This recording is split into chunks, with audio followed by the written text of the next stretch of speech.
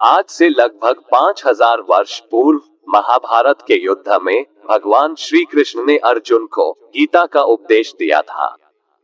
कहा जाता है कि गीता में जीवन की हर एक परेशानी का हल है।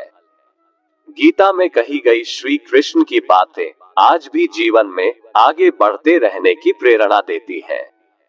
ऐसे में किसी भी परेशानी का हल पाने और जीवन में सफलता पाने के लिए गीता की कुछ बातों का ध्यान रखना चाहिए। श्रीमद् भगवत गीता सिर्फ एक धर्म के लिए नहीं है, बल्कि इसे धरती के हर इंसान को पढ़ना और समझना चाहिए, ताकि वो अपनी जिंदगी में सुख, शांति और सफलता को प्राप्त कर सके। श्रीमद् भगवत गीता एकमात्र ऐसा ग्रंथ है जो मनुष्य को जीने का सही तरीका बताती है। गीता जीवन में धर्म, कर्म और प्रेम का पाठ पढ़ाती है। श्रीमद् भगवत गीता का ज्ञान मानव जीवन और जीवन के बाद का जीवन दोनों के लिए उपयोगी माना गया है। गीता संपूर्ण जीवन दर्शन है और इसका अनुसरण करने वाला व्यक्ति सर्वश्रेष्ठ होता है। कहा जाता है कि जिस घर में गीता का पाठ हर रोज पढ़ा जाता है या सुना जाता है, वहां भगवान श्री कृष्ण आते रहते हैं। गीता में कुल 18 अध्याय है और 700 श्लोक है, जिसे सभी के लिए पढ़ पाना थोड़ा मुश्किल है। इसीलिए आज के इस बेहद ही खास वीडियो में हम श्रीमद् भगवत गीता के 101 विचारों के बारे में बात करने वाले हैं, जिन्हें जानकर आप श्रीमद् भगवत गीता का सही मतलब समझ पाएंगे। इसलिए इन विचारों को आप हर रोज रात में सोने से पहले सुने। तो चलिए जानते हैं भगवत गीता के 101 महत्वपूर्ण विचारों को। भगवान श्री कृष्ण कहते हैं, चाहे आप किसी की मदद करो या मत करो, लेकिन जानबूझकर कभी किसी का दिल नहीं दुखाना चाहिए, क्योंकि जब किसी का दिल आपकी वजह से दुखता है तो हमेशा याद रखना कि आपको भी वो दर्द एक दिन जरूर मिलेगा। जो आपके साथ अधर्म करे, पाप करे, गलत करे, उसे दंड जरूर देना चाहिए। अगर आप उसे सहते हैं तो वो आपके साथ और गलत करता है और आप उससे भी बड़े पाप के भागीदार बन जाएंगे। इसलिए ज्ञानी व्यक्ति को चाहिए कि वो अपने साथ हो रहे गलत का विरोध करना सीखे। बुरा इंसान कभी अपनी बुराई नहीं छोड़ता। आप चाहे उसके साथ कितना भी अच्छा चलो, वो आपको तकलीफ जरूर देगा। इसलिए जो जैसा है उसके साथ वैसा ही व्यवहार करना चाहिए। भगवान श्री कृष्ण कहते हैं, जो इंसान अपनी रक्षा खुद नहीं कर सकता या फिर अपनी रक्षा करने का प्रयास भी नहीं करता, ऐसे मनुष्यों की रक्षा भगवान भी नहीं करते।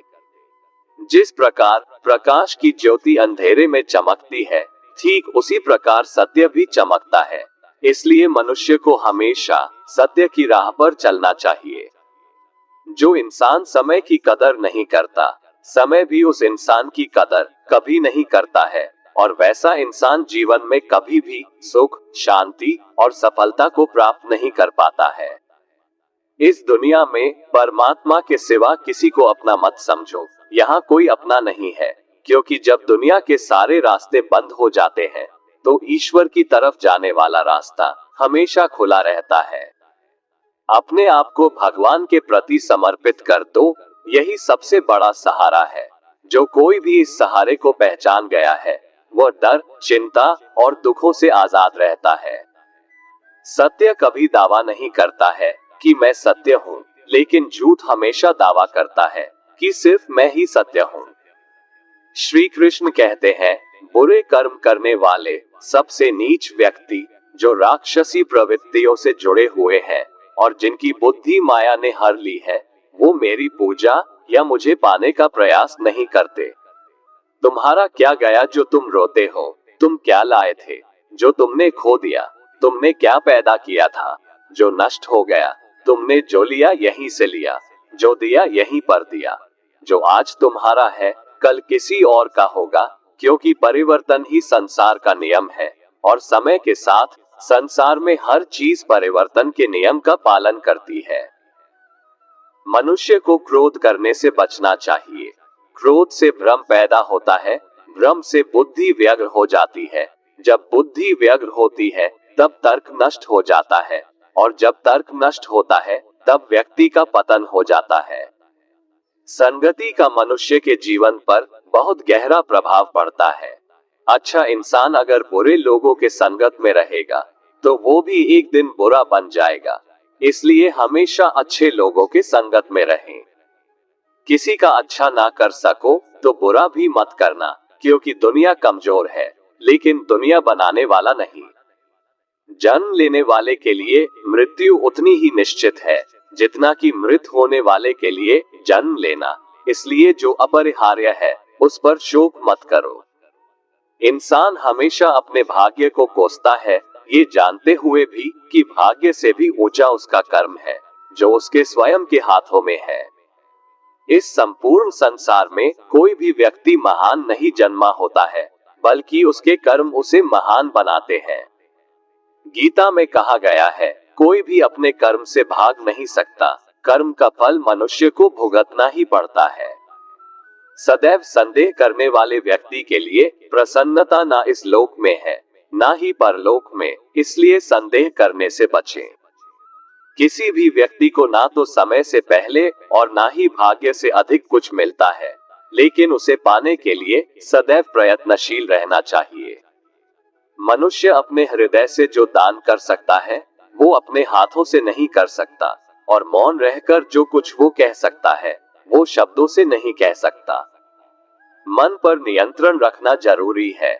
मनुष्य का मन वायु की तरह चंचल है। यह मन ही है जो मनुष्य को काम वासनाओं की तरफ भटकाता रहता है। अगर जीवन को सफल बनाना है तो मन पर काबू करना बहुत जरूरी है। मन को वश में करने से दिमाग की शक्ति केंद्रित होती है, जिससे कार्यों में सफलता मिलने लगती है। गीता के अनुसार जिस व्यक्ति ने अपने मन पर काबू पा लिया वह मन में पैदा होने वाली बेकार की चिंताओं और इच्छाओं से भी दूर रहता है। साथ ही व्यक्ति अपने लक्ष्य को भी आसानी से प्राप्त कर लेता है। अगर मन को वश में नहीं करोगे तो वह तुम्हारा सबसे बड़ा शत्रु बन जाएगा। न तो ये शरीर तुम्हारा है और न ही तुम इस शरीर के मालिक हो। ये शरीर पंच तत्वों से बना है, आग, जल, वायु, पृथ्वी और आकाश। एक दिन ये शरीर इन्हीं पंच तत्वों में विलीन हो जाएगा। जिंदगी में हम कितने सही हैं और कितने गलत हैं, ये केवल दो लोग जानते हैं, एक परमात्मा और दूसरी हमारी अंतरात्मा। कभी भी किसी भी चीज की अति नहीं करनी चाहिए। कोई भी चीज हद से ज्यादा मत करना। किसी से प्रेम या नफरत भी हद से ज्यादा मत करना, क्योंकि किसी भी चीज की अति आपको ही नुकसान पहुंचाएगी। इसलिए जीवन को संतुलन के साथ जीना चाहिए। सही कर्म वह नहीं है जिसके परिणाम हमेशा सही हो, अपितु सही कर्म वह है जिसका उद्देश्य कभी गलत ना हो। इस दुनिया में हारे हुए इंसान की, तकलीफ में पड़े हुए इंसान की कोई मदद नहीं करता, और अगर कोई इंसान थोड़ा सा सफल हो जाए तो उससे कोई खुश नहीं होता। इसलिए अपना दुख किसी को बताओ मत और अपनी खुशी किसी के आगे जताओ मत। कर्म ही सबसे बड़ा धर्म है। भगवान श्री कृष्ण गीता में अर्जुन को उपदेश देते हुए कहते हैं, व्यक्ति कर्म करने के लिए ही पैदा हुआ है और बिना कर्म किए कोई रह नहीं सकता। मनुष्य को परिणाम की चिंता किए बिना अपने कर्तव्यों का पालन करना चाहिए। मनुष्य का आहार हमेशा सात्विक और संतुलित होना चाहिए। जिस इंसान को ये समझ नहीं है कि क्या खाना चाहिए, कितना खाना चाहिए, कहाँ खाना चाहिए और कैसे खाना चाहिए, वो परमात्मा को कभी नहीं पा सकता। सज्जन व्यक्तियों को सदैव अच्छा व्यवहार करना चाहिए, क्योंकि इन्हीं के पद चिन्हों पर सामान्य व्यक्ति अपने रास्ते चुनता है। तन की सुंदरता मन को आकर्षित करती है, जबकि स्वभाव की सुंदरता हृदय को आकर्षित करती है। इसीलिए मनुष्य का स्वभाव हमेशा निर्मल होना चाहिए। ज्यादा खुश होने पर और ज्यादा दुखी होने पर निर्णय नहीं लेना चाहिए, क्योंकि ये दोनों परिस्थितियां आपको सही निर्णय नहीं लेने देती हैं। जिस मनुष्य के अंदर ज्ञान की कमी और ईश्वर में श्रद्धा नहीं होती, वो मनुष्य जीवन में कभी भी आनंद और सफलता को प्राप्त नहीं कर पाता है। जो व्यक्ति आध्यात्मिक जागरूकता के शिखर तक पहुंच चुके हैं, उनका मार्ग है निस्वार्थ कर्म। जो भगवान के साथ संयोजित हो चुके हैं, उनका मार्ग है स्थिरता और शांति। भगवान श्री कृष्ण कहते हैं, जब जब इस धरती पर पाप, अहंकार और अधर्म बढ़ेगा, तो उसका विनाश कर पुनः धर्म की स्थापना करने हेतु मैं अवश्य अवतार लेता रहूंगा। मानव कल्याण ही भगवत गीता का प्रमुख उद्देश्य है। इसलिए मनुष्य को अपने कर्तव्यों का पालन करते समय मानव कल्याण को प्राथमिकता देना चाहिए।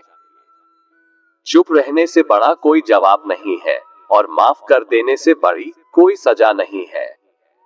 जिस मनुष्य के पास सब्र की ताकत है, उस मनुष्य की ताकत का कोई मुकाबला नहीं कर सकता। हमारी व्यर्थ की चिंता और मन का भय एक ऐसा रोग होता है जिससे हमारी आत्मीय शक्ति बिखर जाती है। मनुष्य को जीवन की चुनौतियों से भागना नहीं चाहिए और न ही भाग्य और ईश्वर की इच्छा जैसे बहानों का प्रयोग करना चाहिए। अपना काम बनाने के लिए लोग आपकी तारीफ करेंगे, आपसे रिश्ता बनाने की कोशिश करेंगे, लेकिन उनके व्यवहार को सच मानकर अगर आप फंस जाएंगे तो आगे चलकर आपको ही नुकसान होगा। भगवान श्री कृष्ण कहते हैं, किसी के मीठे शब्दों में कभी मत फंसना, बल्कि आंखें खोलकर इंसान को परखना सीखो।